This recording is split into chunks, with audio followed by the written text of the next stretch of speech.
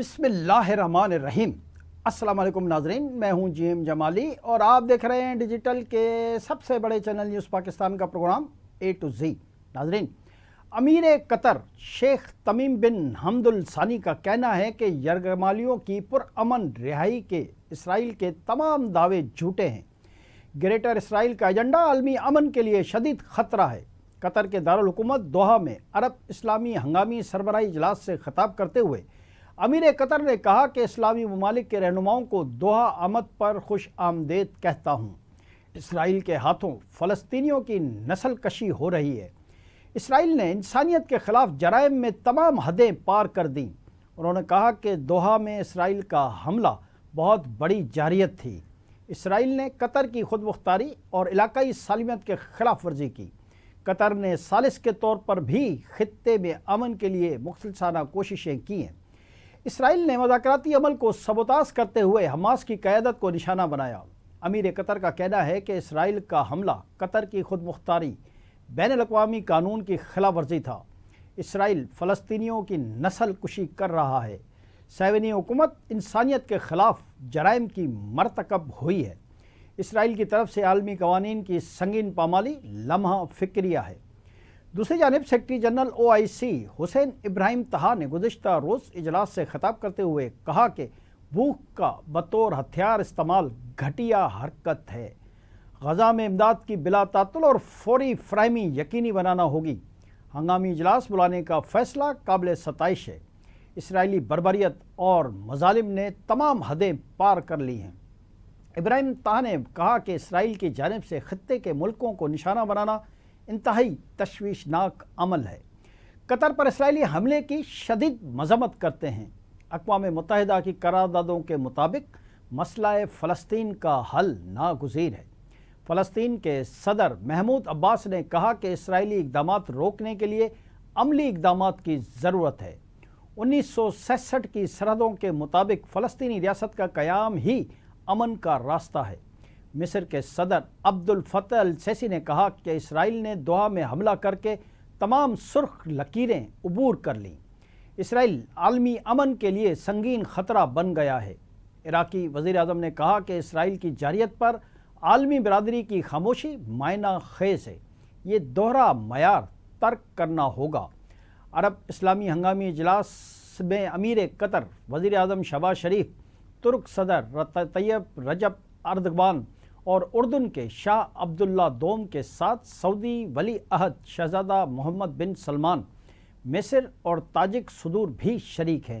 جی ناظرین، اسی سے جڑی ہوئی ایک خبر یہ بھی ہے کہ وزیر اعظم محمد شہباز شریف نے دوحہ میں ہنگامی عرب اسلامی سربراہی اجلاس کے موقع پر سعودی ولی عہد اور وزیر اعظم شہزادہ محمد بن سلمان سمیت دیگر عالمی رہنماؤں سے ملاقاتیں کیں اور اسرائیلی جارحیت کے بعد پیدا ہونے والی صورتحال پر تبادلہ خیال کیا۔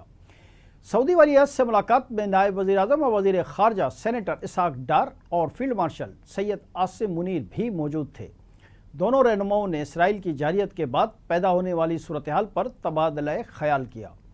وزیر اعظم نے اسرائیلی اقدام کی سخت مذمت کرتے ہوئے اسے مشرق وسطیٰ میں قیام امن کی کوششوں کو سبوتاژ کرنے کی ایک دانستہ کوشش قرار دیا۔ وزیر اعظم نے اس نازک گھڑی میں امت مسلمہ کو متحد کرنے پر ولی عہد شہزادہ محمد بن سلمان کی جرأت مندانہ اور بصیرت افروز قیادت کو سراہا۔ جی ناظرین، دریا سنا نائب وزیر اعظم اور وزیر خارجہ اسحاق ڈار نے کہا ہے کہ اسرائیلی حملوں کی محض مذمت کافی نہیں، اب ہمیں واضح لائے عمل اختیار کرنا ہوگا۔ عرب ٹی وی کو انٹرویو دیتے ہوئے انہوں نے کہا کہ اسرائیل کا لبنان اور شام کے بعد قطر پر حملہ ناقابل قبول اور خلاف توقع تھا۔ اسحاق ڈار کا کہنا ہے کہ وقت آ گیا ہے کہ غزہ میں غیر مشروط جنگ بندی یقینی بنائی جائے۔ اسرائیلی اشتعال انگیزیوں سے واضح ہے کہ وہ ہرگز امن نہیں چاہتا۔ وزیر خارجہ کا کہنا ہے کہ دنیا کو اب اسرائیل کا راستہ روکنا ہوگا۔ سلامتی کونسل میں اصلاحات کی جانی چاہیے اور بطور ایٹمی طاقت پاکستان مسلم امہ کے ساتھ کھڑا ہے۔ انہوں نے کہا کہ قطر پر اسرائیلی حملے کے بعد ہم نے صومالیہ کے ساتھ مل کر سلامتی کونسل کے ہنگامی اجلاس کی درخواست کی۔ پاکستان نے ہمیشہ تنازعات کا بات چیت سے پرامن انداز میں حل کی حمایت کی ہے۔ ان کا کہنا تھا کہ سلامتی کونسل کو کشمیر اور فلسطین کے تنازعات کے حل کی ذمہ داری پوری کرنی چاہیے۔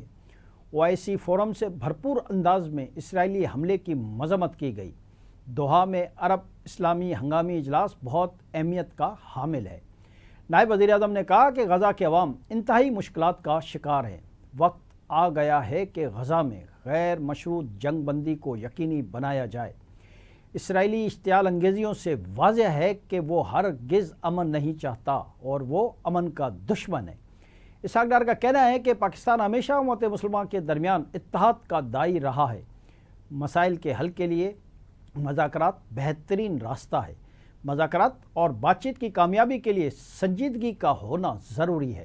انہوں نے کہا کہ پاکستان کے پاس مضبوط افواج، جدید ہتھیار موجود ہیں۔ ہم کسی کو اپنی خود مختاری اور سالمیت کی خلاف ورزی کی اجازت ہرگز نہیں دیں گے۔ مستقبل کی جنگیں پانی پر ہونی ہیں۔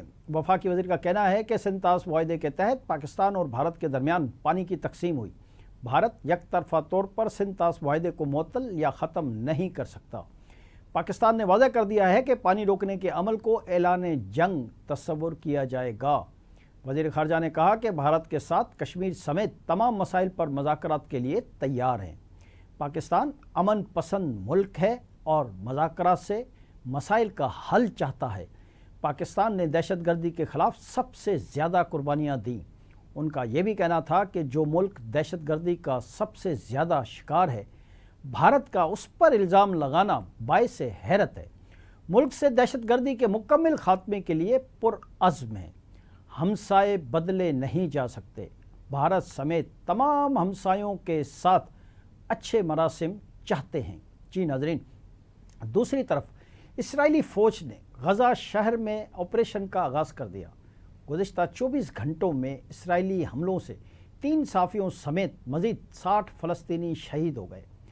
عرب میڈیا کے مطابق کئی ہفتوں سے جاری فضائی بمباری اور اونچی عمارتیں تباہ کرنے کے بعد اسرائیلی فوج بالآخر ٹینکوں کے ساتھ غزہ شہر کے وسط میں داخل ہو گئی ہے۔ رپورٹ کے مطابق اسرائیل کی تیاریوں سے بمباری بھی جاری ہے اور غزہ شہر کے وسط میں زمینی کارروائی بھی جاری ہے، جبکہ ہزاروں لوگ غزہ شہر سے دوسرے علاقوں کی طرف نقل مکانی کر رہے ہیں۔